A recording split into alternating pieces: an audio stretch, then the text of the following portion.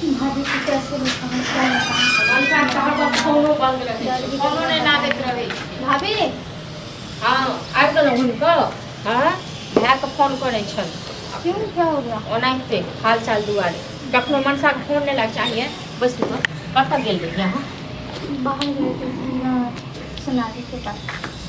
अहाँ झूठ बाजै छी अहाँ गेलै सोनालीके ओहिठाम झूठ नहि बाजू जे बुझै गाँवजी घरमे रहै छै किछो नहि पता चलै छै बुझलहुँ ने अहाँ बाहर की करै छियै से हमरो पता छै हुनका टोलोके लोकके पता छै सच सच बताबू भाय अहाँके तो बियाह पर ठीक करैए बुझलहुँ शादी के बाद अभी मत करो ना।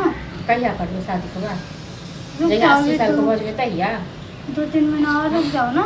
क्या 2-3 महीनामे की होयवला छै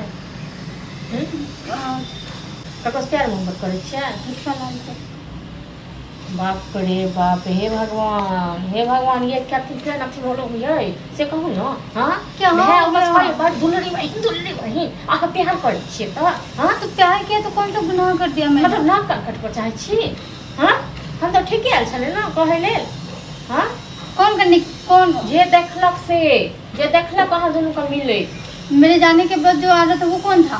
के छले अहाँ नहि चिन्है छियै नहीं नहीं अहाँ केना चिन्हबै चिन्है जे छियै पूरा गाँव के छोड़ा मनसा को बुझलहुँ ने आ झूठे कौन था वो करै जो आ रहा था।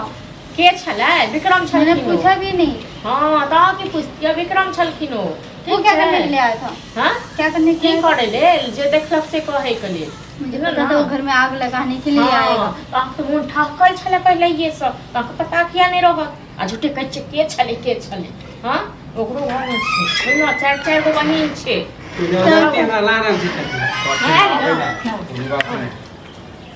तोरा की मतलब अल्लाह आए हमरा से बात करू शांत रह हमरा से बात करू अहाँ दुनू की है यो कुछो नहीं है झूठ नहीं बात जबरदस्ती हमरा झूठ नहीं बात चमड़ा उतार दे घूमते बुझलो न एक बेर कहै छै हमरा दुनू में कोइ घर के गार्जियन नहीं छै मतलब तू की बुझे छी रे तू बतिया देखल तो लेल तू हमरा पकड़ क्या के देखलियो हैं बजबियो छाड़ा सबके बजबियो छाड़ा सबके न रे एकरा चमड़ा रद्दी करबे एते बुझलौ जो झूठ बाजत एते चमड़ा उतार पहले तो अहाँ के नॉलेज की कहै से पहले पूछ ई- हम ना ई- बुझबे हम इहो गलत गलत छी मुंडी कहै छ हो इहो चल इहो कह कथि बतेलिए तोरा से तो हम बतिएबे नहीं चुप करा तुम। अरे ठीक है तो इतना कहै सब कुछ बोलने के बाद फिर कह रहा है कि पहले बताया क्यों बताया किस लिए बताया ना बताओ पहले पता चल चुका था बाजी भाभी। पंचायत धीरे एकरा बात। पर बैठे बुझलौ मनसा के फोन केने रखी लेकिन जहे बहिन छै तहे मनसा छै फोन मैं नहीं ठीक हूँ लगे। अपने जगह पे। चाहे छी हाँ। हैं मां बाप के फोन करियो हाँ, बड़ नीक केकरो से छै, गबियो बड़ नीक खूब छै। तक गबियो बुझलौ न बड़ नीक छी अहाँ। करे छी एकरा से प्यार हाँ कथी कर छी हैं गांव समाज में के लग इतना मार खिलवाने के बाद कह रहे हो कि करती हूँ पर उस टाइम तोरा सब बात क्या भुला क्या देने लगा लगे के देखो रख केना रहे। क्या टाटा कहना बाजै छै छै 2 रुपया कमाई छौ हाँ?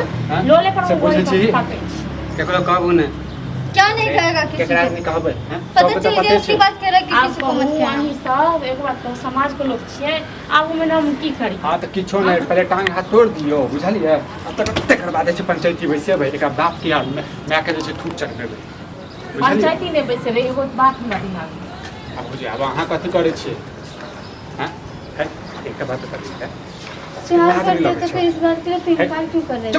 मतलब प्यार तो कर छियो बौआ हमरे तो बहिनी अहाँ जब तक गवाही खा रहबै जेतियै बुझलौ न बुझले हाथ पकड़ आप तो बोले मत घर में आग लगाने वाले सबसे पहले हैं? घर में आग लगाबै छियो चल मुंह बंद घर में आग कर लगाबै छियो मुंह बंद कर घर में आग लगबै छै लोग के तू तक जे हम कर्मी के काम कर रहल तोरा छी ई सब ठीक नहीं होएगा कह दे छु मुंहे मारू नहीं बौआ कथी मारू न बैंड बाजे बजबियो बैंड बाजे बजबियो एकरा बाप के फोन करियो बाप के फोन करियो बाप के किया फोन करबू सार तो ऊंचा आवाज में बात करबी ऊंचा आवाज में बात करबी हैं कहाँ से गवाही रहबै बुझलौ गवाही कथी फोन हमरा एते सब तक चीज कहबै जे बहिन की कांड केने रही से काल खुना हमरा ऊपर बुझिए वाला ना चल कहै छी तो भैया खत्म से की बोल करबै रहे थे तऽ? कि पहले से कहू शादी न, कर लो, कहबै नहीं। जे मरि गेलै भागि गेलै ई सब नीक नहीं होए जबरदस्ती अधिकार